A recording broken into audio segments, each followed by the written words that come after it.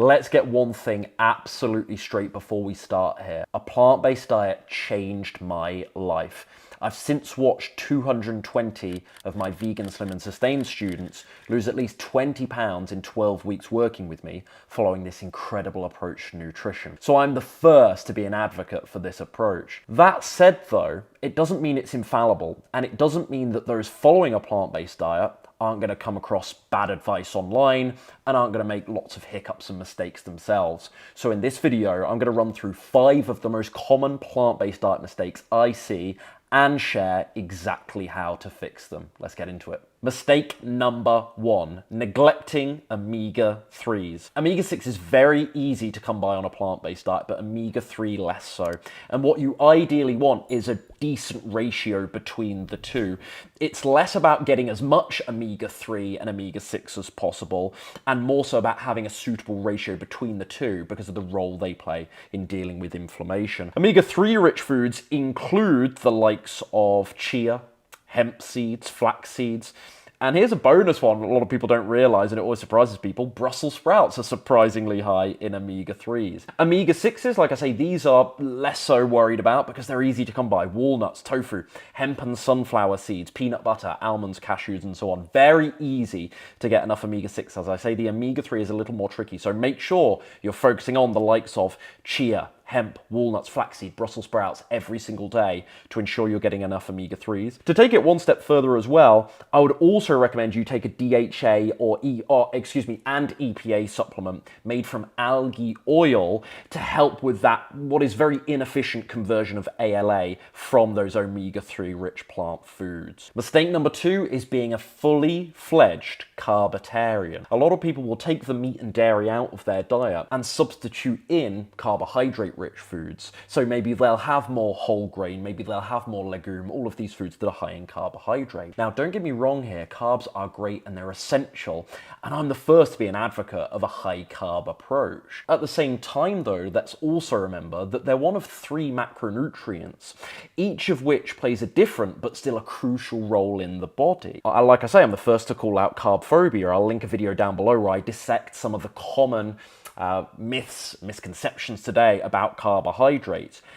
That said, as much as I'm warning people about carb phobia in pretty much every other video I produce here, I think having close to 80% of your calories coming from carbohydrate, as advised in the sort of old school 80-10-10 approach, if you're familiar with early vegan YouTube days, I think that's over the top. That's over the top in my opinion. Not because having 80% of your calories coming from carbohydrate will automatically make you fat. It won't, contrary to popular belief.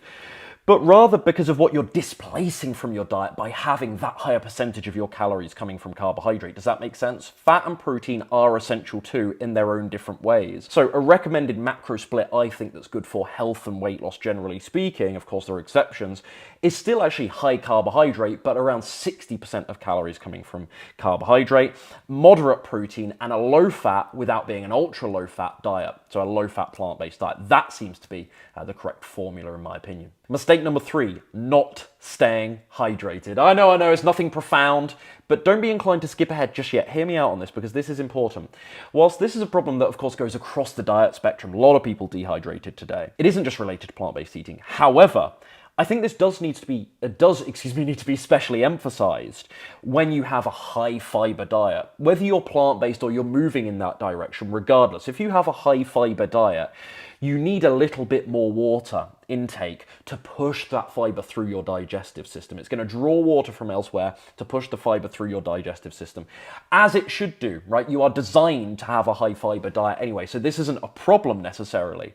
But I do make the case that when you have a high fiber diet, you need to be even more conscious of, dehydration. Mistake number 4, not eating when you're out the house or being afraid to eat just because you're outside of your own home. I get this. Home's a controlled environment. You can have peace of mind that you're putting together a healthful and nutritious meal without all the hidden nasties. I understand this. But I think there is a tendency with lots of new plant-based eaters that they think so in such a Puritan manner about this. Everything has to be a whole food, even when they're on the go, even when they're out the house.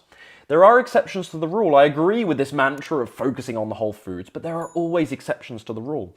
And I want to give you a bit of a staunch word of warning today about picking perfectionism over practicality, because there are times where I will actually say to my clients, look, if you're in a pinch and you're in a restaurant and you know that you're not going to eat again, this is your last opportunity perhaps to eat for another 5 or 6 hours, and you've got two choices.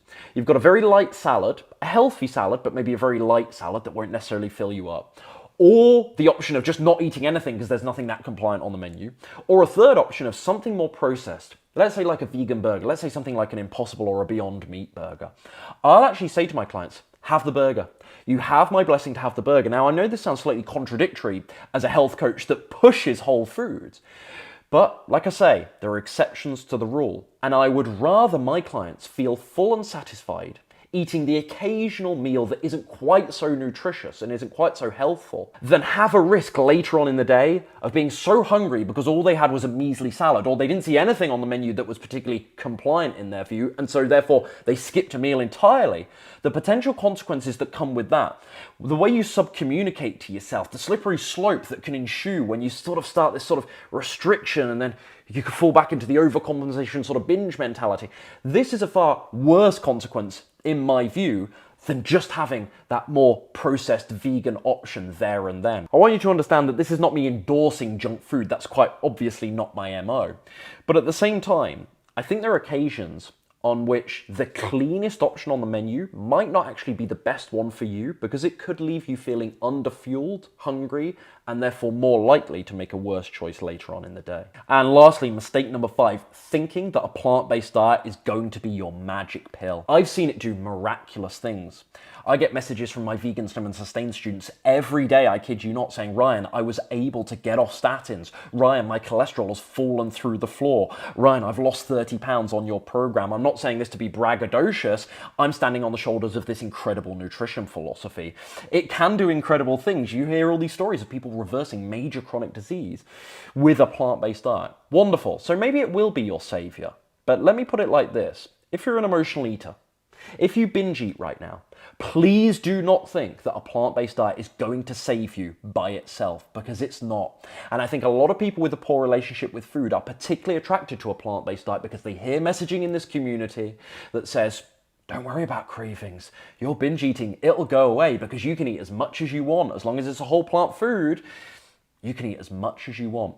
Not true, my friends. Very, very naive. In my stern and honest opinion, this is very, very naive. It's not going to fix those things. It might help. The fiber content, the self-limiting nature because of the nutrient profile of many of these foods. It might help keep cravings away. It might help lower the chance that you'll binge eat. But if you've got a poor relationship with food right now, a plant-based diet's not going to mask that. It will still rear its ugly head. If you think poorly around food, if you have inbuilt associations with poor foods, and you've had those for decades and decades, eating healthily is not by itself going to cure that. I make the argument that it will help, but it isn't going to be, as I say, your magic pill. You're going to need, sadly, to do that internal work also. Let's also think that, as an extension to this, nutrition is just one piece of the puzzle. What about rest? What about recovery? Stress management? Having a good social life? We spoke about hydration earlier on, of course, exercise. All of these things are going to contribute to your physical and mental health and well-being. Nutrition is a huge piece of the puzzle, don't get me wrong, but there's other boxes to check as well, and I'm encouraging you in this video to focus on those too. And that's it. Those are my top 5 mistakes that I see very commonly.